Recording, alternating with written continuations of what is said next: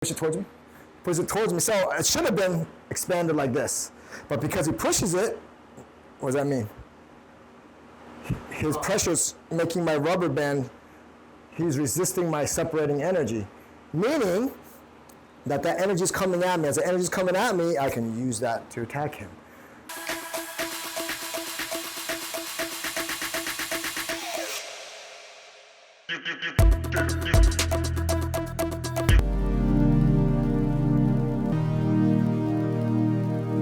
Right, because we're just working, I was working with Chris, and he was asking, is my separating energy okay? I think it's 70-30.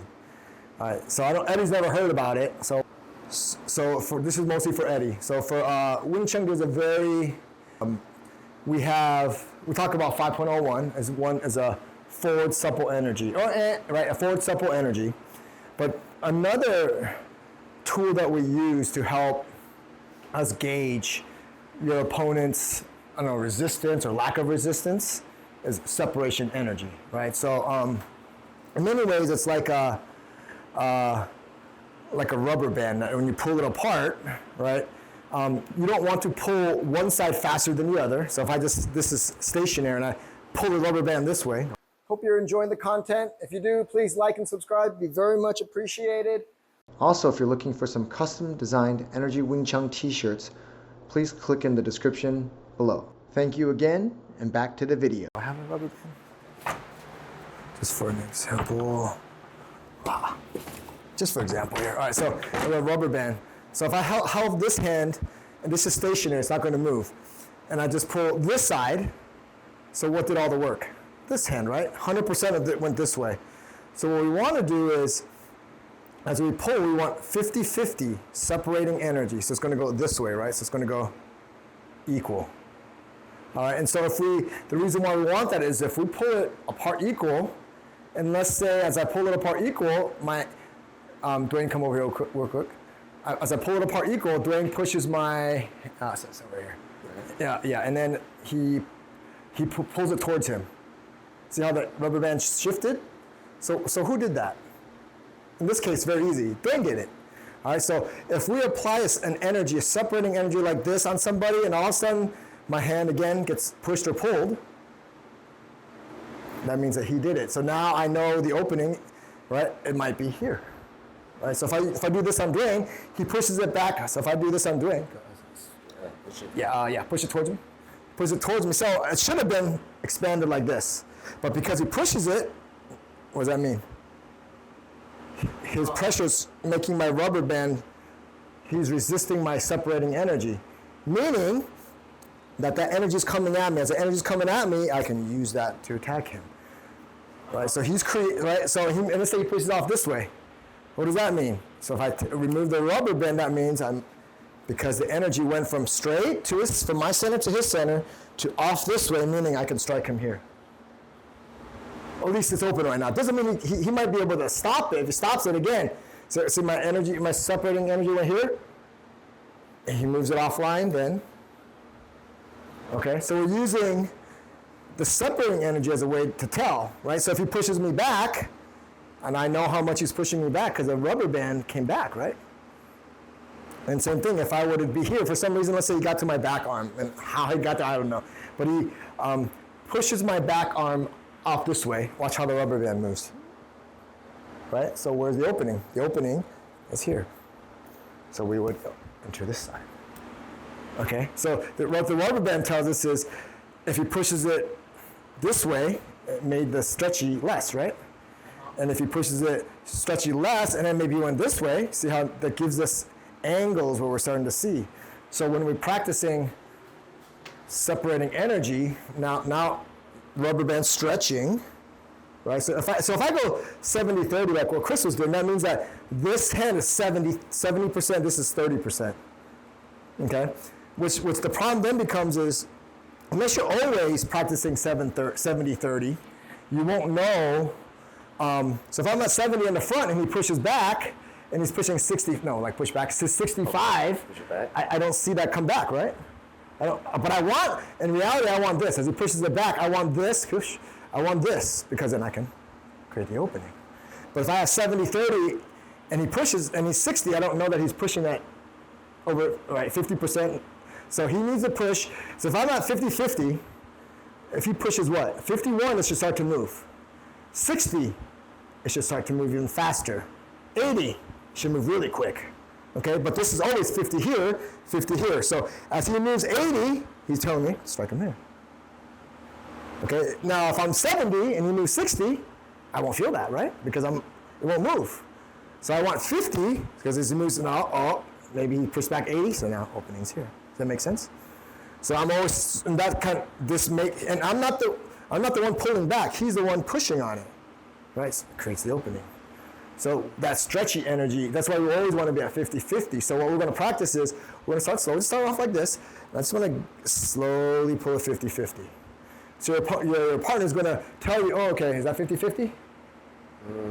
This is heavy. Heavier. And how you can tell is, this one kind of moved quicker than the back, didn't it? Right, so, and also I could do this. Right, it's hard. You go faster here and then slower here, you can see the difference. So, but I want smooth. Right, so we start off slow doing this. We'll start off slow doing this. All right, so give me a little resistance. And slow doing that. Okay. So you want the giver to put more weight? Eventually, that would be later on. So the second step will be, I'm gonna go 50-50. The receiver might respond to me at any point in time and say push back at any point in time, see if it comes back, see? And then, so that means on 50-50, he pushes back at 60, it should have some kind of give. Right, so does that make sense? So in the beginning, just nice and slow. Your partner's gonna tell you, are you 50? So give me a little bit of resistance. Am I 50-50? So if I run into, say, so right now, so give me like a 70 energy strength. Okay, if I run in, so if I'm 50 and he's 70, what should happen to my first arm? This hand right here. It should go back. It should start going back, right? So even though I'm pulling, I'm pulling my 50 this way, this hand, but I'm trying to go 50 here, but he's overpowering, which is fine then. The opening would be there. Okay? So, but he's going to try to stay around 50-50, so that way at least you can kind of get this slow move, slow expansion. Eventually, over time, it's a fast expansion, right? So if he's able to respond, right? So that's, as I quickly, he's going to respond there. As I go quick, so he can't get it. It's all harder. So let's try to respond, right? Got it? You gonna respond? You want me to respond? Yeah, I want you. Yeah. Oh, just respond. Okay. Like attack? No, just respond pushing back. Okay. All right, so watch. It'll be hard for him to get it. If you're smooth, because it's hard, it's hard for him to push back because by the time he feels it, where is he? It's already stuck. Yeah. Because but if I were to go hard here, so he was able to stop it because I went harder here, like 70-30, 50-50 is very hard for him to feel it because it's so quiet, right? So, but if say I'll go slow, but he goes a little quicker. If I go 50-50 and he stops it, right, then it's easy for me to change, right? So if it's smooth, it's a lot harder, right? It's like a guy walking. What's a good example? Okay, it's maybe not the most PC example, but a robber comes into your house, right? If they're quiet and you're asleep, you probably take everything and then you wake up, everything's missing, right? They're quiet. But if they come in, they're clumsy and a pan drops, right? Or something on the table, they're like fumbling and a vase drops and breaks on the ground. What's gonna happen? I'm gonna wake up, right? I'm gonna wake up, what the fuck is going on, right? And you go out there and then all chaos breaks out. So what you wanna be is the quiet burglar, right? So I want him to respond, right? So whenever he feels it, he's gonna respond. It's hard, right? Yeah. Because it's so smooth, he doesn't have a chance. But if I give him a tell, there it is. Because I went first here, and then he responded to that. But if it's smooth, it's a lot harder. It's kind of like that game. Ever played that game? You ever played that game?